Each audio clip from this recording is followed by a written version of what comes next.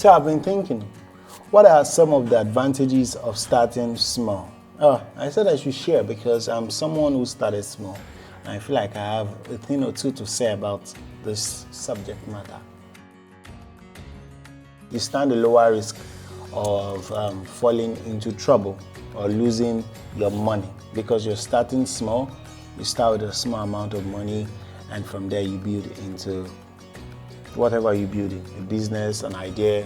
Another thing you gain is the feedback from your customers. And for somebody like me who has transitioned from one service to the other, the one thing that has helped me is to notice and pay attention to what are the clients responding to. So at the beginning, I started as a music producer. I started offering photography and more and more services. So over time, I noticed my music production clients were not paying as much as my video production clients. So I had to switch from producing music to filming majorly music videos. And later on, I came back into live music production. So I would do less of the work, and I noticed my clients were willing to pay more for a live production than just a music production. And this has helped me streamline my services, my gears, and the rest. So your customer feedback is another advantage of you starting small. So just like feedback, another thing you have is a learning curve. You have a smooth learning curve. So as I said earlier, I started as a music producer and I ventured into other stuff. And I have a smooth learning curve. See, there's no instrument I have in my company that I don't know how to use perfectly. Some of them I don't even use them anymore because we have other people who use them. But there's nothing I have bought that I do not know how to use. So I have a smooth learning curve. I know what everything does. Let me give you an example. I've gone to a few studios where they have more gears than us, but they produce lesser results than us. And why is that? The CEO or the founder of that studio just felt, let me buy as much equipment as possible. What is trending? What is the best gear? And they buy it, and the result does not match. The result does not match the gear, and you'll be wondering why we use this type of gear and get this type of result. So the learning curve, if you start small, you get a great learning curve of how to use what you have to get what you want. Another point is that you have a stronger foundation in whatever you do. Now think about it, or let me share one of my stories. When I started this job, I had a crappy laptop, a crappy workstation, so almost all my gears were not up to par, and I was able to make something with it. See, when I finally was able to buy, okay, let me give you an example. There was one day a client wanted to record drums. I only had 2 mic and I only had a sound card, an audio device that can receive 2 audios.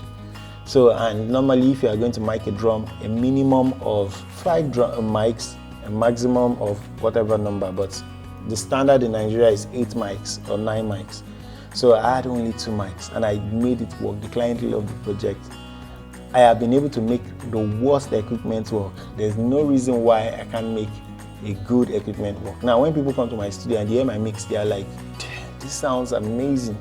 In my mind, I'm like, if I could have made the worst gears sound amazing, then they should beat me if I can't make this one sound amazing. So my point is, you have a stronger foundation than people who just ventured into it because they have the funds. Finally, on why you should start small. Now, this is one of the most untalked about subjects anywhere. You have the ability to scale your business at a gradual process. Now, for me, I have been moving studio from a place to another. So gradually, as I'm moving my studio, I'm moving and I'm improving myself to be able to serve my clients better. So we've always been having good problems. Our problem before was getting a good camera. We were able to get a good camera, started filming. Later on, we needed a space to start filming. I remember this house precisely in 2021. I started filming people every Saturday, and I didn't feel comfortable with them coming to my house to film every Saturday, and I was building sets in my parlor every Saturday. So over the time, my problem grew from getting a camera to getting a space, from getting a space to getting equipment in that space and making the space look good. And that good problem now is we have more. Our space can take about 50, but now we have more than 50 people for an event coming into the space. So when you start small, you get to scale at your own pace.